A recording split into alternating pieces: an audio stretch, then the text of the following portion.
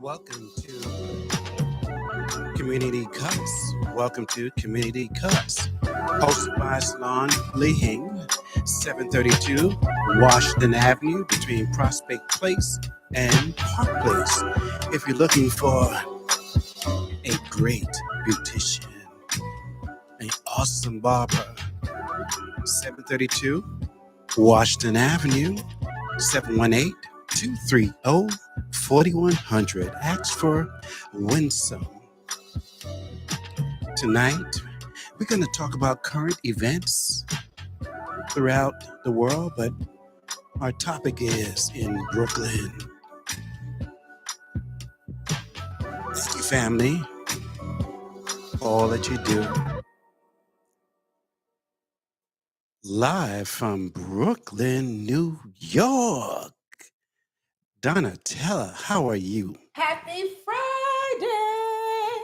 Oh, I am great. How are you, Ricky? I'm fine. They discussed Happy Friday today at my job. Mhm. It is a happy Friday to them, so it's a happy Friday to me. That's awesome. I just want to say one thing. We talk about LEAHING Salon all the time, and we tell beauticians and people they could come in and they can speak to Winsome. But do you know who we don't talk about? We don't mention Ray enough and the barbering skills that he has. And I don't want to say skills. I want to say expertise. Expertise. Yes. And there's actually room for you as well if you're a licensed barber or a licensed beautician. Yep. So stop by, introduce yourself, walk with your credentials, right? You need to be a licensed beautician in order to rent a booth here. And guess what I found out today? Did you know that they filmed a movie in here last week? No, I did not know that. Yeah, so the place is so nice that you can rent it out for private events.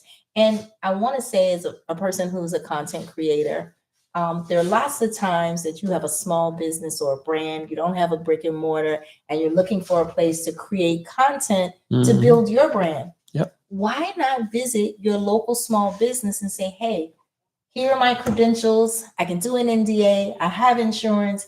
Can I rent out your space on your slow motion day, which for a lot of places is like a Monday? Yep. Right? And you can come in here, set up at a booth for a day, do a couple of styles, create some content, and be on your way. And actually, if you do that like once a month, you'll probably create enough content to take you to the next month. There you go. Right? There you go. Donatella with all the information that is needed to get you some people started and off the ground running. Absolutely. That is what we need. So I'm excited. So one thing. Uh-oh. Israel and Gaza has a ceasefire. Really? So the Israelis are moving out of Gaza. So that was in the news today. Wow, we went straight from the shampoo bowl to discussing Gaza, which That's is important. great. That's important. Which is great. I think that, thinking of that topic and a couple of the elected officials who this week were empathizing with parties that they normally did not, is making me think about how many things are going to happen before November 4th. And we all know what happens on November 4th, right? Election. It's elections. And this is your time. So I think today is October 9th. I think you can register to vote up until October 25th. Not sure about that date. And if you are a struggling, diehard Eric Adams supporter and fan like myself, we cannot afford to sit out this election just because our choice for mayor is not running. Right? So now we need to spend as much time as possible between the two individuals that are left and decide where we want to vote. Can you name each individual on the ballot for voting this year? Well, there's only three. And right? Republican? Sliwa, how do you say his name? Yep. Sliwa. Curtis Sliwa. Right. Curtis Sliwa. Of course, there is Zoran. And I have to tell you, Zoran, during the campaign, his people were ride or die on the ground in the trenches, because I was quite annoyed at 8:45 p.m. on a Friday night when someone knocked on my door that is supposed to have a doorman and security. And when I looked through the peephole, they did not look like me. When I opened my door, they were campaigning for him, of course. Yeah. But that was before the primary. That's trespassing. Well, so here's the interesting thing. It is trespassing if the management of the private building says so. Yeah. What it is more than likely a building that is not securing the safety of their residents. So right? They were not. They were not, and I So complained, and I had a great dialogue. The two people were very respectful, right? When they spoke about Zoran. I have met him on a couple of occasions, shaked his hand. I attend a monthly meeting, the AA CEO, right? And he was there and he spoke. I think he's quite articulate. There are a lot of people who really love him, but now I am getting in the trenches trying to find out exactly what is he going to do specifically for Black and brown small businesses in terms of minority certification. And the reason why that's important, I just attended Wednesday night, the 2025 annual awards, Impact Awards from Trufant. Yes, Mr. Trufant, very good. Right. And so where were you at the church? No. So this wasn't through AACO. So there is a term, CDFI. These are companies that have been approved by New York State to handle, grants and loans, funding that comes from federal government and issue out into the community. And this entity, Trufant, as I mentioned on one of my other shows. Well. Are you familiar with them? Okay. Yes. So his uncle, his father, and then. Okay. So one of the things that I received an award for earlier this year was generating $4.3 million in revenues through grants and loans and other things. But I used Trufant along with the SBA and some other lenders. But what was amazing is they once a year get together and celebrate their staff and how they're doing. They bring in some of the larger contributors to them. And when I tell you, it was at 250 Rooftop, which is in Manhattan, live music. I was so excited to see the awardees who received their awards. And the chief diversity officer for the mayor's office received an award. And can you guess the number of dollars that Mayor Eric Adams and his team has contributed directly to Black and brown. I could not guess. No, even off camera. Let's think in the 4 years, how many dollars do you think have directly gone into hands of Black and brown people? That's including people not on the mic. Come on, make a guess. Say anything. 20 million. 20 million. No. One more guess. Higher. No. Higher. So 20 million going once? Nowhere close. Okay. Over 4 years. 4 years. So we're looking at 100 million that has gone into exactly what? Are we talking housing and education? So minority certified businesses. So a lot of Black and brown people who have small businesses that are registered in New York State think it is enough to just wake up in the morning and say, oh, I'm Black, I got a business and I'm beautiful. That's great. But if you want to compete for funding, specifically federal funding that comes in, and it used to be you think of $1 and say 5% of every dollar goes to minority-based businesses that are minority certified, whether they are minority women, Black enterprises, business enterprises, or they are minority men. And minority women is any kind of woman, including a white woman, right? Because the idea is there's a white man and then there's everyone else. But I'm asking you, over 4 years, how many dollars do you think Mayor Eric Adams' office has directed through signed contracts and services delivered into our state over 4 years? 20 million is no. $1 million. No, he said 20 million. Wow. But I went up to at least 100 million. Nowhere close. Nowhere close. Nowhere close. That's too far to guess. So the homework for everyone watching, and even if you're in another state, find out what is the dollar amount of funding from the federal government that comes into your state. That's number one. Out of that, find out how much is allocated to minority certified businesses. Here's the number: $27 billion. Wow. No. $27 billion. These are the sound bites that the media is not sharing with us, right? Where everybody's talking Any about type of business. minority Minorities. certified. As long as you get, If oh, it's a you mean minor- any type of minority certified right. business. So you could be Any a profession, restaurant. You could be a spa. You could be, I think it is any business that completes the certification. Not sure if you could be like a alcoholic brand, right? Mhm. I do have a new client, and that's something I'm going to find out Any tomorrow. profession, no matter how high up it goes. Yeah, barber. As long as you are a registered business with the state, right? Very good. And here's where the minority part comes in, right? So 51% of your business has to be either a Black woman owned, or a Black or brown man, or a white woman, right? So I think, not certain, out of the dollars and cents that come into the state, that 27 billion equates to about 34% of the whole pie.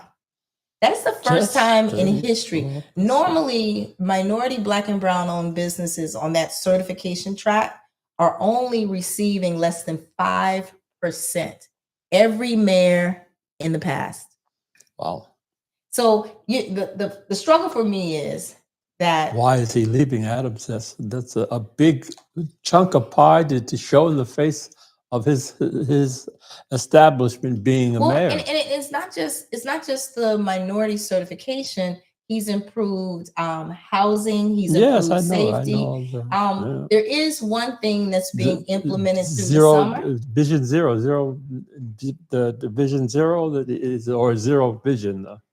I'm not sure. They have a bunch of interesting little taglines, like the city of yes. Our guest who was here recently, she did not like the city of yes and the amount of I want to say affordable housing projects that are popping up everywhere. Some of the things that I've learned that I really like, besides the minority certification contribution, is there's something called quality of life, right? Yep. In the summertime, it wasn't so exciting for people. The idea is everyone's living in Brooklyn, and we should all be able to enjoy outside, right? We know in Brooklyn, especially around certain holidays, everyone is barbecuing on the sidewalk, playing loud music, things of that nature. And so there was a cut down on outside partying, right? And unfortunately, I saw some visuals of like NYPD flipping tables for barbecues, fighting with people. And I think part of that Vision Zero. What I wanted to see if Donatella was aware of, the basketball center, Barclays Center, across the street, they have a basketball type of learning school. It just opened up where Models used to be. Oh, I saw that. You saw that? Oh, that's so exciting. And across on the other corner, they had, what was the game that Jamie Foxx, pickleball. They have a pickleball court, right? Which for us, I think if you think outside the box is really great, because you don't see a lot of Black and brown people playing pickleball, right? Well, that it's like hacky sack. They used to play hacky sack, the same thing. I know hacky sack. We didn't want to play hacky sack. We don't want to play pickleball. So it's they're over there and we over here. So that's a difference. That's a difference. Well, I think putting it at the Atlantic Terminal outside of Target, right, is allowing a certain demographic to see it. But also, I think as Brooklyn becomes more gentrified, and for me, I wasn't born here, I didn't grow up here, I still feel it's very separated as well, right? Everybody, you go into one restaurant, it's Caribbean. Almost everybody in there is Caribbean. If you go into something that's African American owned, it's a lot of Americans, right? You got a lot of non-Black and brown people moving into Brooklyn, and you see them going in their houses. And I'm like, where are all these people? I don't see them in the Black and brown restaurants. They're not supporting the community. Some, right?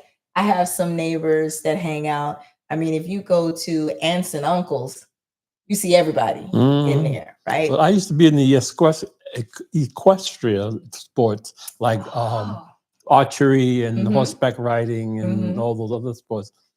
There was no difference. There was a mixture there. We got together and we did that together. So the separation was because of the fact they're up there and we're down here. So what happened to? There used to be. I just realized I have not seen them in a long time. What happened to the Brooklyn Cowboys? That to me, ladies, how sexy was it when we used to see our people riding on horses coming down? They used to come down our block. Too many cars now. Well, I think besides the cars, if I'm not mistaken, the land that they had that was at the end of, that's Atlantic Avenue, right? Probably turned into some development for someone else. But yeah, that's our homework for the weekend. Let's find out where the Brooklyn Cowboys are, because that was a lot of fun. I used to love to see them riding through the streets. They're so tall. They stood so tall on those horses. They rode by you. They can see into the second story window. That was really nice. It was really nice. But we know you guys weren't looking because that's illegal. Let's put that disclaimer out there. So let's see what else is happening. Today I was in a commercial at Le Mode BK, which is another Black woman-owned restaurant on Bedford, 1401 Bedford Avenue. And today they introduced a new rum. Please, please, please don't beat me up, but the owners are from Belize and they're American. And I think it's Belama, Belama. And can I tell you, it was so smooth. I might have had a total of 3 or 4 different cocktails. We ate some finger foods, met some great people. There are some of New York favorites in the commercial, local firemen. Beautiful women. It was really nice. So I was there for that. Let's see. Oh, you know who else I met? Frenzilla. I think it's her name. Frenzilla. I know where the camera is. You guys know this is a live stream, right? Duke is refusing to speak, and he has the nerve to have another friend here tonight who's very articulate, very intelligent, with a mic on him, and he's not saying anything either. Well, I got 2 things I want to say, and thank you so much. I was going to touch on the Black Cowboys, but before I do that, I want to go back to what you were saying about Eric Adams, Eric Adams, in reference to the funding. How did the African American community become aware that that was available, and how was that word spread? Because I didn't know about it, and I'm a owner of a business, 54 years in running. So how does that information? How was it spread? That we would have been able to take advantage of that. So I'm going to make one enhancement for clarity. The minority business enterprise or minority women business enterprise certification is not just for African Americans, right? It is for any Black and brown man, woman, or however you identify, as well as white women. And so this certification has actually been around for years. And when I say years, I mean many years. I'm not sure what year it started. I want to say someone said something about in the 60s. So I'm not sure when it started. The way that the information is provided to the community has always been through some of New York State's CDFIs. And those are businesses that are, I want to say they're provisioned by the state to communicate. So there's SBS, Small Business Solutions. A lot of people don't realize a similar certification, not at the city and state level, is also available through the Small Business Administration Center. When Eric Adams ran for Brooklyn Borough President and he won, when he started speaking about running for mayor, there's something that he said all the time that rang very true to me. And, you know, I feel like he's criticized a lot in the news when he speaks like a regular man of color. And what he said was, what he emphasized is, hey, when I become mayor, I'm going to be the mayor for my city. I'm the mayor for everyone. I'm the mayor for the Jewish community. I'm the mayor for the Black community. I'm the mayor for the Asian community. But my brothers and sisters, if you want to do business with me as the mayor, don't come up to me and tap me on the shoulder and say, hey, I got a business. This is what I want to do. Yep. I distinctly remember him saying, if you want to do business with me, you put together a business package. Of course. You make 5 copies, one for each member of my team, and you present it to my office, right? The other thing that he talks about, and then there's Assembly Member Bashat. She is the MWBE queen. And each time these people spoke, they always talked about the difference between waking up as a Black and brown owner of a business and waking up as the owner of a Black and brown business that's recognized by the city and the state. So one of the problems that I have, and let's just have a discussion. Within our community, there are a lot of people who say, hey, I do things in the community. So your service does A through Z. But the question is, are you really working with the community? It saddens me that if you walk up to a majority of New Yorkers and you say, what district do you live in? Yep. They can't tell you your district number. Who's your assembly member? Can't tell you their assembly member. Who's your council person? Who's your senator? So all of these entities invest into the community. They invest into their small businesses. These same entities also talk a lot about minority certification. And each year, I didn't get to go in 2025, but in 2024, I took a free ride on the bus with the New York Women's organization, trying to figure out which one it is. Their branding is red and white, but it was a free bus that went to Albany. And each year, people are trying to take away that MWBE certification. Where you occasionally go in, talk to these individuals. I live in District 43. My assembly member is Brian Cunningham, who makes himself very available. I routinely walk into his office. Why am I talking too loud? What's wrong? Can't you speak? We're gonna start it. It kicked it off. I don't know why. Okay. One of the questions, and I know he said it's going to start over, but one of the questions.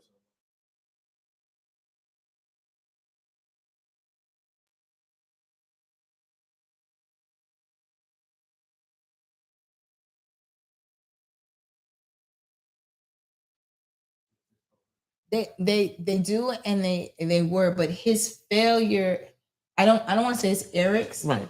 The So failure of the program. Well, it's not the failure of the program. So I'm going to say that, well, let me put it differently. So you talked about 2 things, right? This past year, and only because I'm also part of another streaming show. Eric actually was on our show twice a month this entire year, right? On Wednesdays. And I want to say that there was an organized plan from media, big media, not to showcase the positive things that he's doing. Okay. In my personal opinion, something. like if this camera was running, I would say, in my personal opinion, not the opinion of the platform, was that if anyone remembers during the pandemic, Eric Adams came out and chastised the Biden admin. What, are we back live now? You could talk, Duke. Duke doesn't want to talk to us. It just makes me call his name and point out that he's not talking. I was just Googling what Mhm. all you were speaking about, Mhm. and it's exactly true. It Most of the is. things she says Mhm. are exactly what is listed on your Google mainstream cell phone. Yeah, but the problem is, In right? reference to the funding? Funding, the funding, the certification, bonding, So what, minority businesses. yeah, Yeah. one of the things that, and I'm sorry, not to cut you off, No, but one of the things that I think that is so important is that we teach Yeah. our community how to do these things. Mhm. Because we have a fear Mhm. of sitting down, filling out forms, Mhm. of sitting out, as you're saying, sharing certain information, opening our books, Mhm. you know, and trying to give them a way to do it where it's not overly invasive, Yeah. you know, so that they don't feel that way, you know. And it's interesting. Something as helping someone to create a resume. right? Mhm. I can't tell you how many times I've given opportunities for jobs and said, "Can you help me fill out a resume?" They haven't done it. Mhm. You know, so we need to have satellite places where they can go we and do. get the word out. Now, when you say we do, not to, But we not don't to have knock- enough. There you go. Yeah. Because I gotta be honest with you, I cover a large area Mhm. and I don't see it. Well, And but hear me Yeah. out. Mhm. And I'm not looking for it, no. but then I don't see it. You Mhm. know, my grandson is a director for a youth program. Mhm. You know, and when we talk, and I said, okay, well, what are we doing? You know, what are we giving back to the community? Mhm. Where are we going so we can teach them exactly what we're speaking about right now, which I think is essential. Mhm. You know, based on what's about to happen in terms of the transition of who the mayor will be. Right. But those programs may still be available. So that means information needs to get out. Duke, are we live again? Well, I think I think that you have a good point, right? So I want to just talk about the one thing that I said about media, right? When I say media, talking about the local, national news station, but it's not just that. If you pick up the average person's cell phone or mobile device and you open up social media, I hear so many times people say they don't watch the news.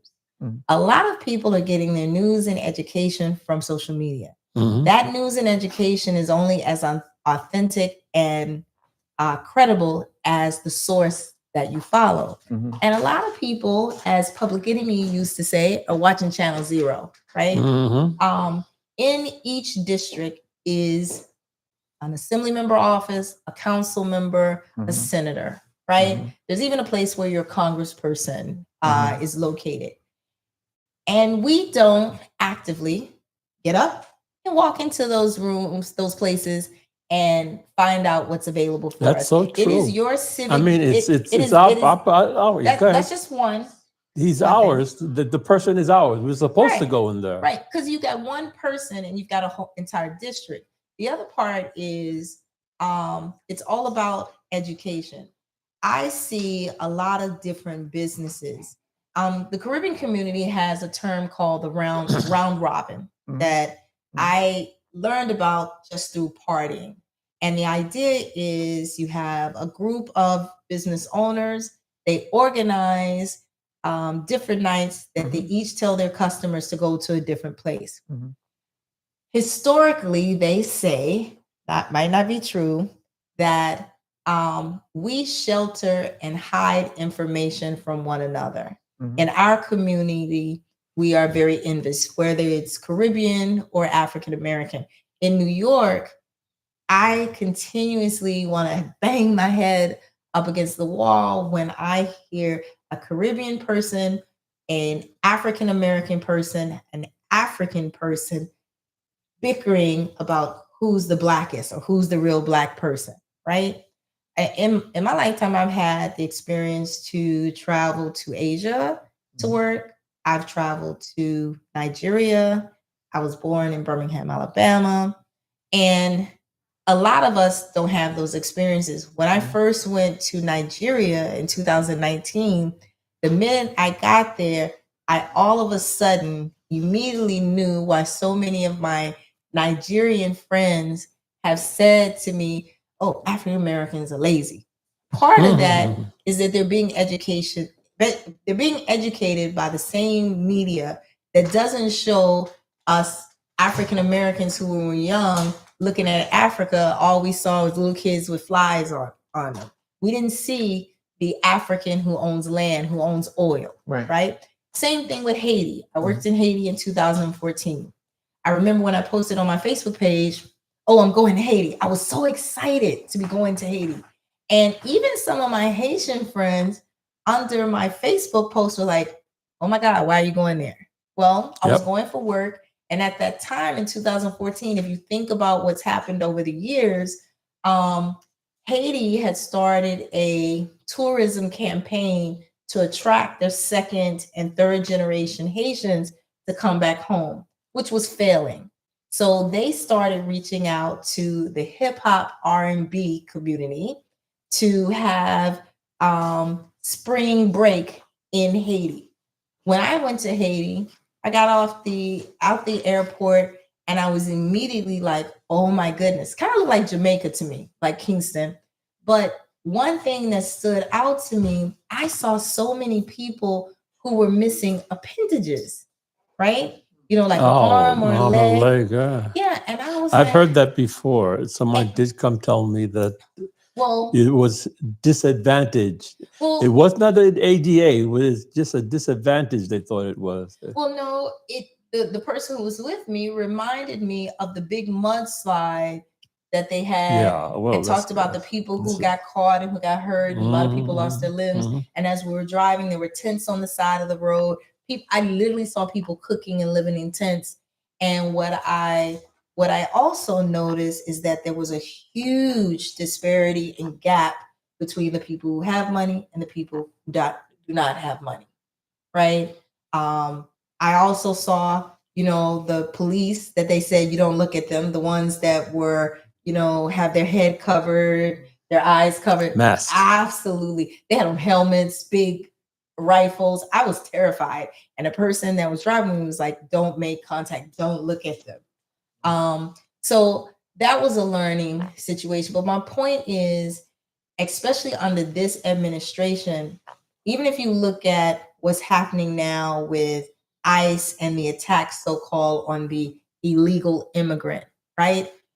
Depending on where you receive your news, you think one thing. And I don't understand how people keep forgetting that under the Biden administration, there was a point in which they said, hey, we can't stop all these people from coming into the country, so let's try to organize it, we right? Can't stop it. So now the borders are open. As long as you come through, here's this app. You register in this app. You put all your credentials. You're seeking asylum. You're wanting to be an American citizen. You go to all your appointments and you can make your way to becoming a citizen. Yep. If you have any common sense and you just sit down and you listen. No, it's true. And you listen for a second. So think about it. These 500,000, however many people it was that came through these fences and they one by one registered in the app, uploaded their documents. How many were there? My name is John Doe. This is the address I'm in. This is the city I'm in. Oh, when you get in, you remember during the pandemic, they started taking these people and throwing them in New York and just dumping them out, right? Remember at some point, they sent them to the vice president's house, right? Yep. So you have all these people. So our mayor got upset and was like, you cannot have these people here. They had nowhere to go. So then there's a spike in crime, right? Organized crime with all these Spanish-speaking people. Then they had the bus to take them back. But listen, here's the thing. You take all these people, you allow them to come in, you don't give them a plan of how they're going to survive, right? You dump them in the city, and let me guess, I'm here, I'm naked, I'm cold, I have nowhere to stay, I'm hungry. Ooh, there's a person sitting on the outside table dining. What do you think people are going to do? They're not going to start to eat each other, right? Shoplifting is up, right? Yep. Oh, why do you think? They need something to wear. So here comes our mayor saying, give us this money, give us this money. Oh, they don't get it. So now New York comes up with its own plan. Let's take these people, right? Remember, there already was a lot of empty jobs, apartments, hotels from after pandemic because a lot of people died. A lot of people didn't have their jobs. So here, let's put these people in these hotels. Let's give them snaps so they can eat. Let's give them money so they don't have to steal and beat people up, right? And then what happened when that happened? Oh my goodness, here comes some of my fellow Americans, or, and I guess by right, people who fought to get their citizenship the old-fashioned way. Now they're all pissed, right? And if you remember, the mayor is talking about all this stuff, but still 10 toes down for New York City. So on both sides of the fence. Right. And so I that. feel like depending who you are, remember you're going back to vaxxers, anti-vaxxers. I'm a person, I was born in America. I have that little thing on my arm from getting vaccinated. Right. Yeah. I have family members that have underlying issues. And more importantly, I wanted to go visit my mama. And my mama said, to come in this house, you got to be vaccinated. And you have to have a card. You know, we had to drop our card in the family chat to prove that we had our shots before we could go home. Right. So for me, it wasn't a big deal. But I feel like this mayor couldn't do anything right after so many people were forced to be vaccinated. So many people lost their jobs. And once the world opened back up and people started going back to work, right? There are people who got their back pay, right? There are people who lost their life as well. The mayor was already down here, right? And then I think this administration used their brain on everybody. When we had Mayor de Blasio, everybody was like, oh, he's not Black enough. He has a half Black son. You know, he's always parading out his Black wife. He's not Black enough. Well, now we had a blickety Black mayor. Blickety Black, yeah. Right? Who wasn't afraid to say, I am from Brooklyn. I am for my people. I was a police officer. I did that for 20 years. The governor. Yeah. What does the governor think of Adams to you? Well, I can't tell you what she thinks at all, but I can tell you that I feel like at the point before he dropped out, or even let's go back to last year, right? I'm a person who exercises my right to vote and takes time to understand. I used my platform to explain what ranked choice voting was because a lot of people didn't know. Didn't know. Right? The biggest confusion here, which media did not help, was remember when Eric Adams still had his charges, right? Before the charges were dropped, and people were wondering what's going to happen. Is he going to be able to run for mayor? And then the charges were dropped and everybody was waiting for him to say what he was doing. I'm going to tell you because I know, right? The powers that be held up his ability to register on time so he could compete in the primary as a Democrat. And so if you can't get your party to let you run, the only alternative is to run as an independent. Yep, right? that's what he did. But at the point in which he ran for an independent, they held his paperwork up so long, his name wasn't even there for the primary. But guess what? If you're educated and you take the time to educate yourself, you knew that you could go in and vote with ranked choice voting and vote for him as your number one choice, which is what I did. And when he was provided the opportunity, which I'm on a daytime Wednesday show called the Reset Talk Show, he came on and he told us, hey, I'm a Democrat, but the only way I could participate in this campaign is to be an independent. So remember, he also didn't get the dollar matches either. So if you don't have a lot of money, you can't compete. And as we mentioned before, one thing Zoran did that was very, very good, he had social media tied up, right? So he had one demographic that loved him because of their experience with him as a music artist. Remember? So I don't know if you. I don't know that. I did not know that. Well, I'm telling Zoran, you. my political party, Papa, backed Zoran. So, well, a lot of people backed him Mhm. because number one, again, the media in New York City was not highlighting anything good that Eric Adams did, and they used social media to remix everything in the world that he did to make it look just the opposite way. Like if I'm saying today, $27 billion, first time ever. No mayor before him has invested, and I want to say invested, allowed for investing. So let's talk about the minority certification for a moment. Now, I'm a small business. I charge for the process, right. But there are CDFIs that will give you minority certification for free, right? All you need to do is call 311 and say, hey, I live in this borough. This is my address. What district is that? Can you give me a small business solution location next to me, or the nearest one? And you can go there and talk to them, and they will walk you through the process, right? In short, you have to create a profile with New York State. You have to prove that you are who you are, that your business is 51% minority owned. There's a difference from being minority woman. And before Eric Adams, do you know, just think of demographic, Black man, Black woman, white woman, Asian, Indian, whoever, who the number one recipient of those minority certifications. And I want to say, I could be wrong, I think it's something like some wild number, like $280 billion, right? That comes into New York State for funding. And from that, less than somewhere around 2% of that was going to Black and brown businesses. Do you know who the number one benefactor was between Black men, Asian men, Indian men? Any guess? It was white women.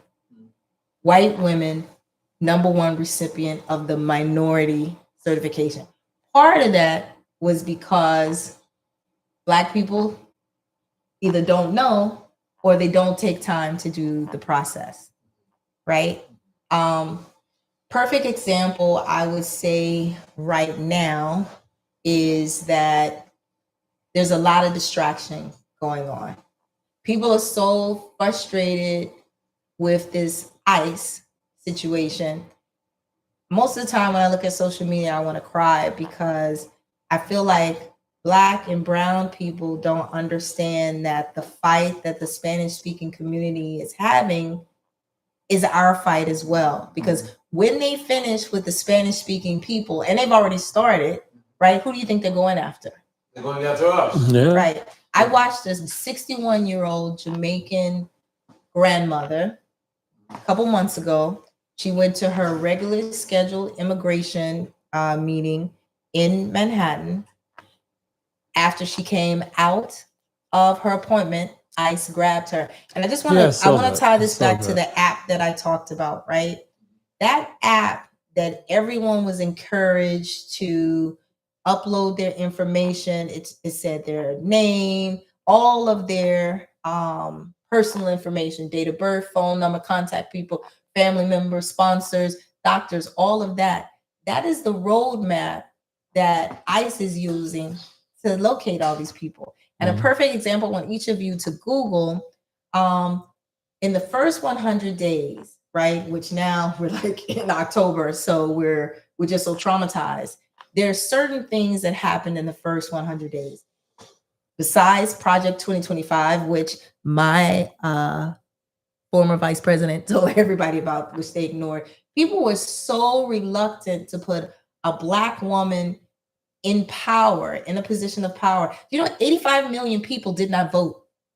85 million registered voters. Now, I don't know if that includes people who passed from COVID, but 85 million, right?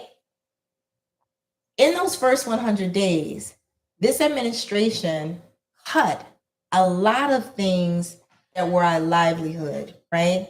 One of those things, they immediately went in and turned off that app. The app that these people were using for their immigration. They also took that data along with other data and said, hey, you know how we can get these people? Let's just show up at the immigration appointment, because you're doomed if you do and doomed if you don't. And so that's those people that they're targeting. I don't see them taking any murderers or any big drug dealers. And then let's not forget about TPS. And all the housing break-ins they talk about these Mexicans breaking into their homes. Yeah. Yeah. It's not the ones that are showing up for their immigration appointment. It's not the ones that are sitting in their doctor's offices, right? That's correct. It's not the ones that are working in the farm, on the farms. And let's not forget, there is a difference between illegal immigrants that are violent, that have history, that need to go in jail. There's a difference between undocumented workers. And people don't realize that undocumented workers and some of these illegal immigrants contribute to the economy in the billions. They pay taxes. Yep. Right? And I'm going to tell you, if you take all these people and you send them, and now they're just being ridiculous. They're not even sending people to their home country. They're just sending them anywhere. Who is going to pick the produce on the farms? It ain't going to be me. It ain't going to be me. Right? No. And that's the scary part of it. Right? My big question to Zoran Mandani, let's talk about Cuomo, yeah, right? And then Sliwa, right? Yep. I haven't heard, and I'm gonna tell you, I haven't looked. I have to start looking now since my mayor dropped out. I haven't heard their plan for what they intend to do with this minority certification. Because so here's a question. You realize he will be at Restoration on the 14th. I will be there. I will see you there, my friend. And I have some questions that I will pose. Which who? Zoran or Zoran? Okay. Yeah, he'll be there on 5 o'clock. Make sure you're there early. I will be. You know, I did speak to some of the people who are organized, some of the organizers that will be handling that. Will it be just him or other candidates as well? He'll be there for about an hour. Okay. And then after that, I think he'll be leaving his staff that will be there to answer any further questions. Who is the organizer? Well, I spoke to our previous Assemblyman, Roger Green. Okay. And I don't know who the organizers are, but that's where I got my information from. Restoration Plaza is doing some really good things. Yep. They frequently have resource fairs, which has this kind of information. I think the other problem is that the community also is not coming out. But I think part of that, to what you said earlier, is the information is not being communicated in a way that people can really get it. Like I went to an event at Brooklyn Commons. Not sure if people are aware of what Brooklyn Commons is. Brooklyn Commons is located on Flatbush Avenue between Lefferts Boulevard and Empire Boulevard. Brooklyn Commons is a space that has over 100 individual suites. So imagine you are a brand, a small business, an artist. You don't have space inside your home. You can't afford brick and mortar. You can actually go to Brooklyn Commons and you can rent a small, separate room. And when I say small, they're different sizes, right? They have multiple floors. You have your own door. That is your office space. They have, I think on the first floor, they have a whole wellness kind of situation. Inside there, they talk about minority certification. They just had a huge event this past Saturday, but I think people don't know it. You have Flatbush Central, which is nonprofit, sits at Caton and Flatbush, where our legacy vendors are. There are a couple of pop-up restaurants. That facility has a state-of-the-art industrial kitchen. So you're a person who cooks at home. They have a media room. You can actually print flyers. You can print clothing. I don't know if it's finished. They're in the process of building a podcast area. And if you live in a zip code, you can rent that area for a fraction. And when I say a fraction, the industrial kitchen is mic'd up so that you can stream on all your platforms at the same time, right? So, it's about knowing if the things are out there, but I think people are just so wrapped up into themselves. And one more thing about the other thing that this administration did, right? So they cut off that app. So that hurts the immigration community. Well, if you were a small business owner and you received a COVID EIDL, one of those loans, right? On March, I'll never forget it because I was so furious I wanted to scream. I think it was March 19th of this year, 2025. If you go to their website, the new Small Business Administration abruptly ended what was called the Hardship Accommodation Program, right? And that was the program that if you got a COVID EIDL, that was the loan, you had 30 to 34 months before you even had to start paying it, right? And then once you started paying it, the previous administration said, hey, we know people are still struggling. Here's a program that for the next 2 years will help you be able to afford to pay your loan payments back. So I'll give you an example. One of my clients, I got them a loan for $500,000. Their monthly payment should have been $2,500 a month. Under the hardship accommodation program, for the first year, you only had to pay 10%, $250 a month. That's something that you can work with while you're paying. After the 10%, I think if I remember correctly, it jumped to you having to pay 25% for 6 months. Then next 6 months, it was 50%. And if you're lucky, you get another round of 6 months and pay 75%. And the idea was because people were petitioning to get the EIDLs forgiven, right? But what did this administration do? March 19th, they canceled the entire program. So when you're walking down or driving through your favorite block and you're looking at shuttered businesses, ask yourself why, right? There's hardly any funding for small businesses in terms of emergency grants. One of the entities here that I love a lot, Brooklyn Chamber Commerce, Brooklyn Chamber had a loan that you could get without a credit score. You could get it based on a character letter. And we know that's a problem in our Black and brown community. A loan, though. Right.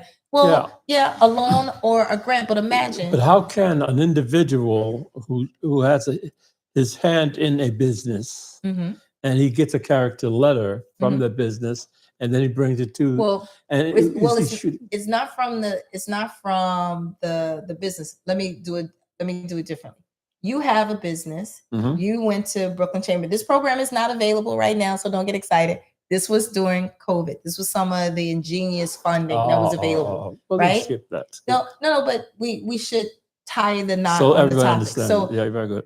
It was the same way someone would look at your credit score. This time they looked at your character reference, right?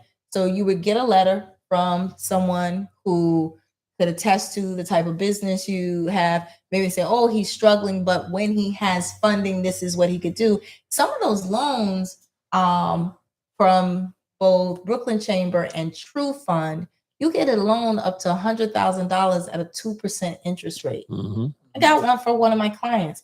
You could get a $10,000 grant, which for some people may not sound like a lot of money, but $10,000, think of what you could do with $10,000 right now. Yep. And grants are money that you don't get back. We had the New York State Recovery Grant.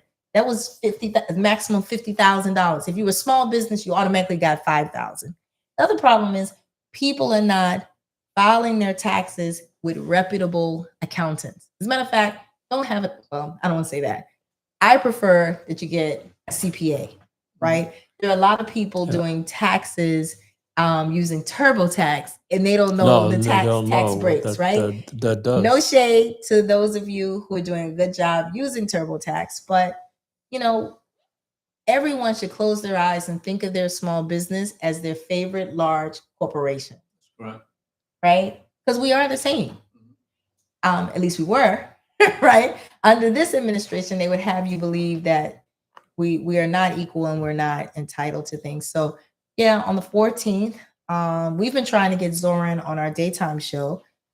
He has not agreed to come on. And I would say it may or may not be because he knows that our show, we're bipartisan, but a lot of the members are fans of Eric Adams.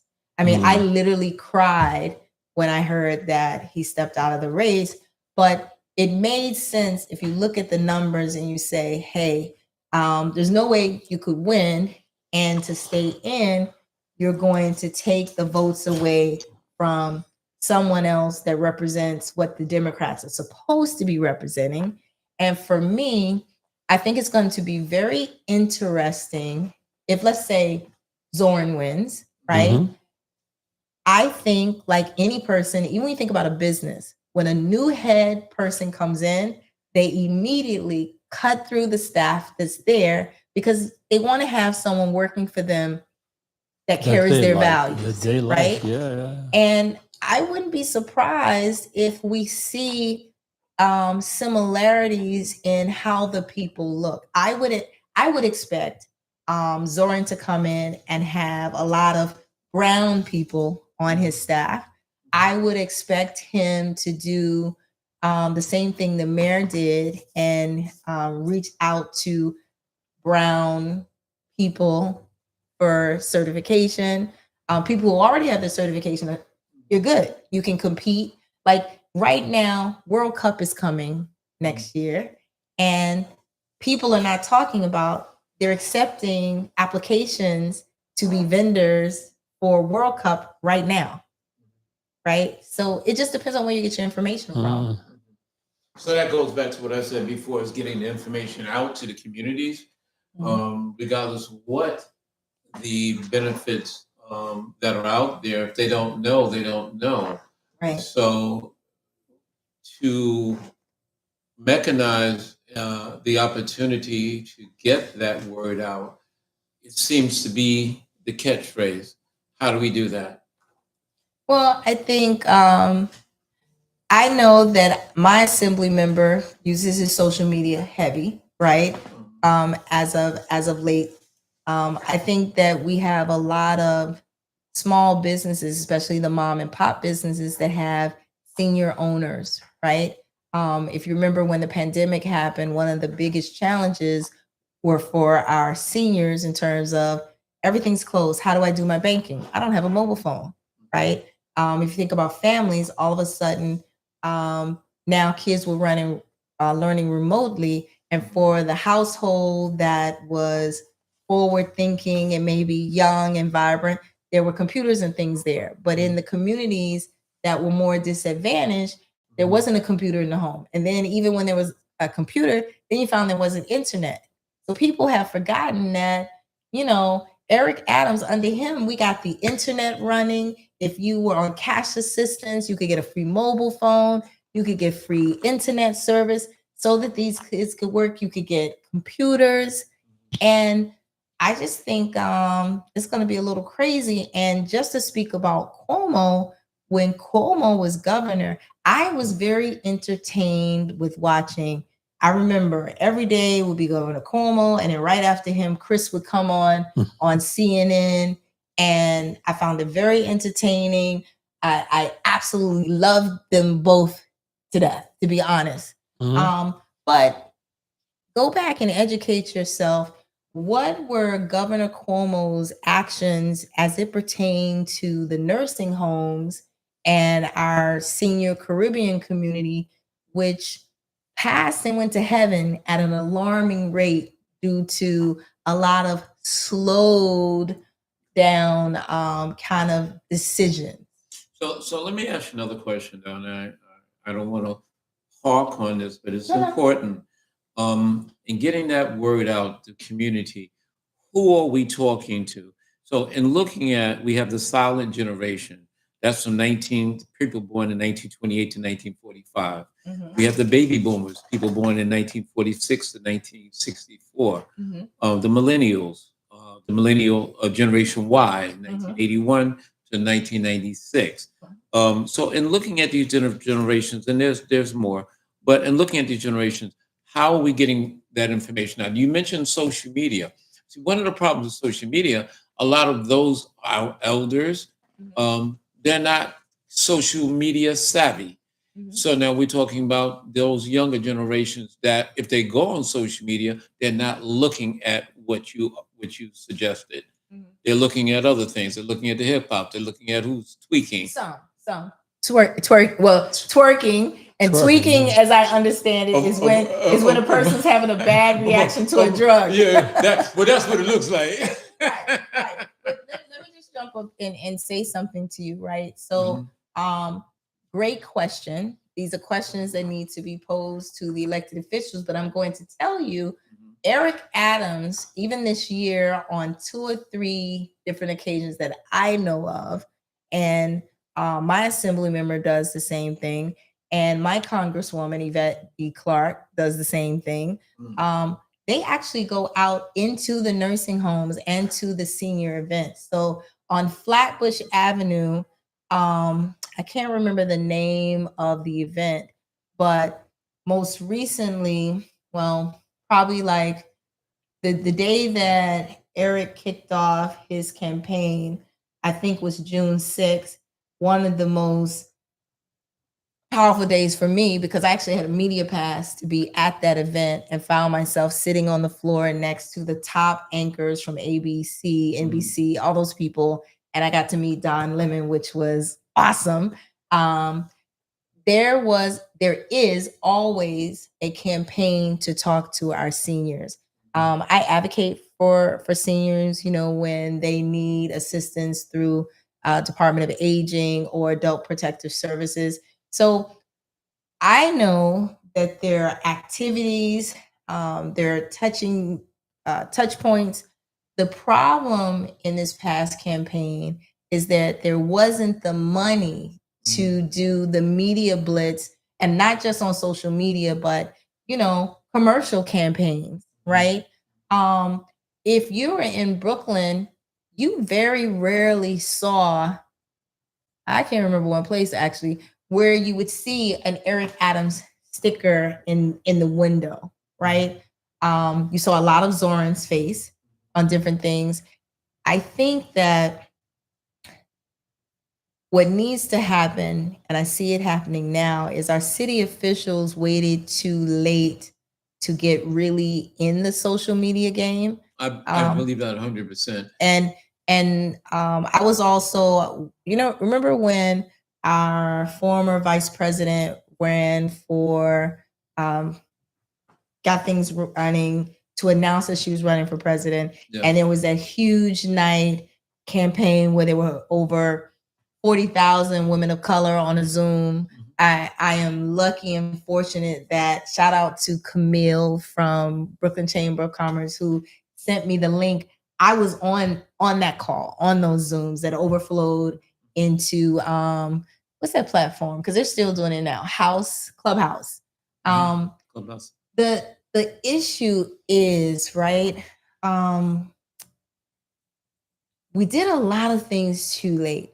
I'm going to say, and my opinions are my opinions, not the opinion of the show, but even the campaign for presidency by our former vice president, what did they expect her to do in 6 months? I don't know what the decision, why it took so long to say that, the president wasn't going to run again.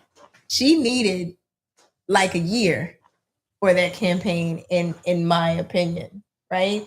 And she was doing all kinds of things that were like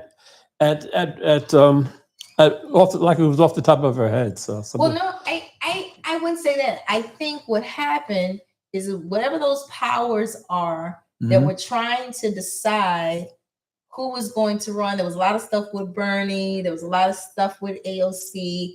I think they waited too late to decide that President Biden wasn't going to run again.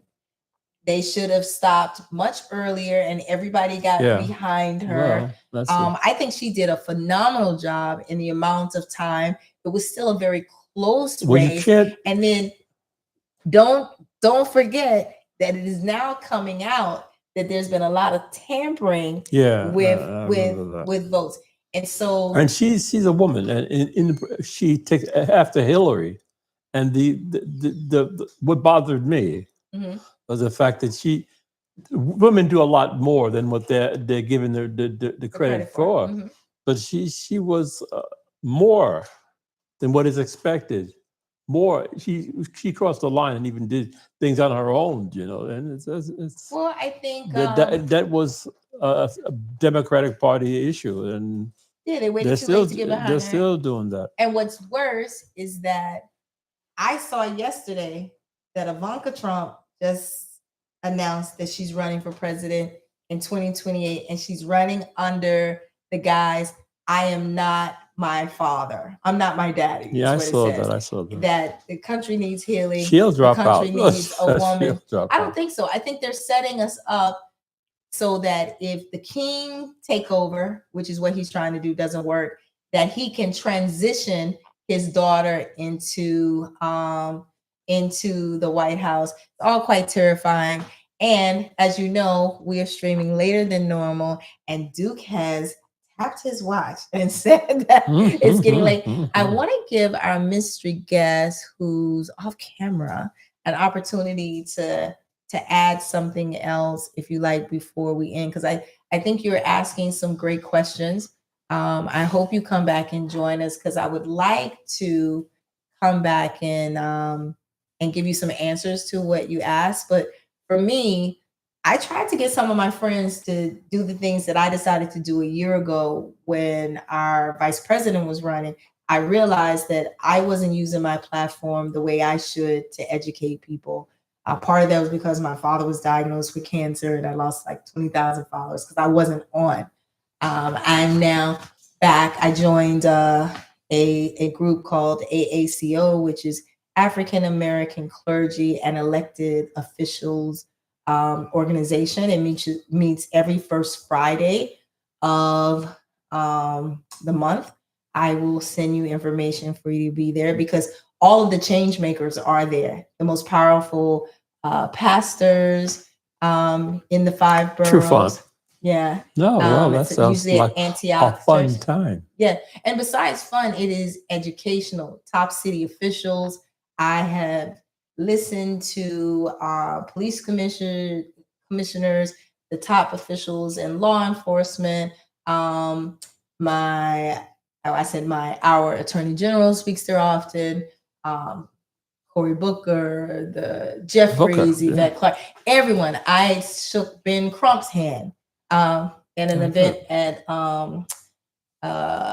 Medgar Evers, and actually was able to get Donnie McClurkin to sing a prayer to my father on FaceTime to bless him with his cancer journey. So the entities are out there, but we have to decide that that's what we want and then go out. Yep.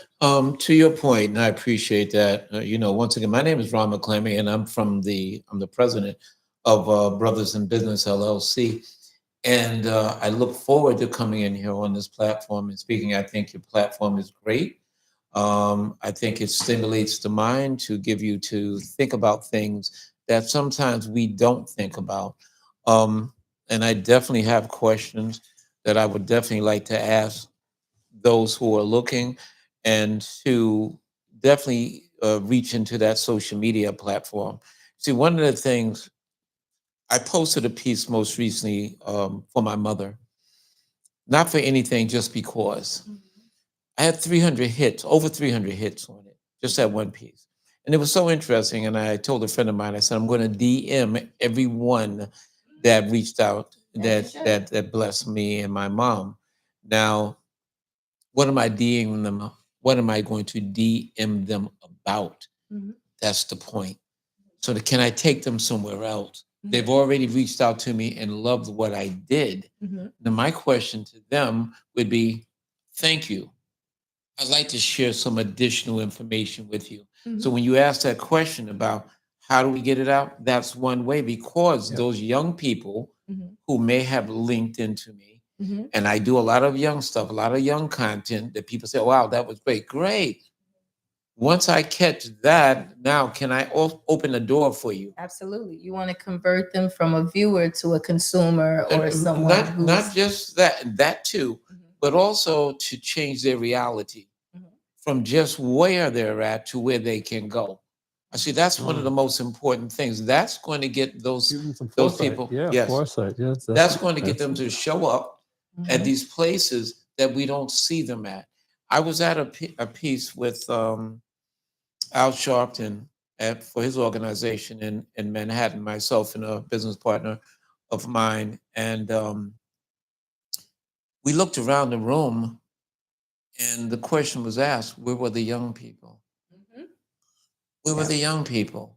You know, those are the people that we need to reach out better than we're doing to engage them into what's happening, because this is going to be left for them. Exactly. The things that are changing are going to affect them more so than they affect me and my peers. But because of that, then we have to reach out a different way, a stronger way, and we have to be consistent in how we do it.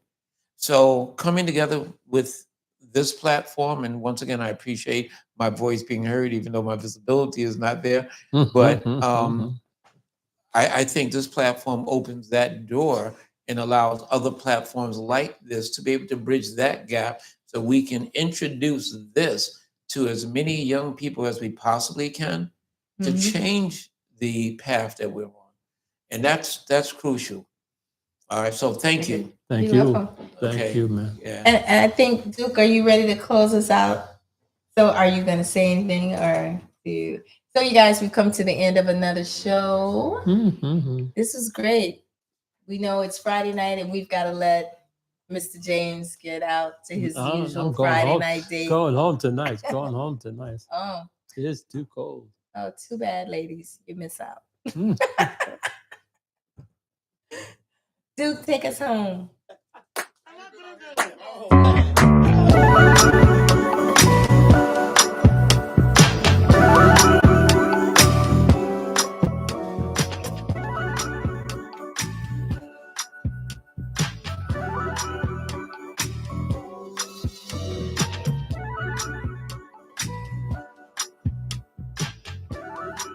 We come to another conclusion. Community Cuts, live from Brooklyn, New York. Hosted by SALON, LEAHING.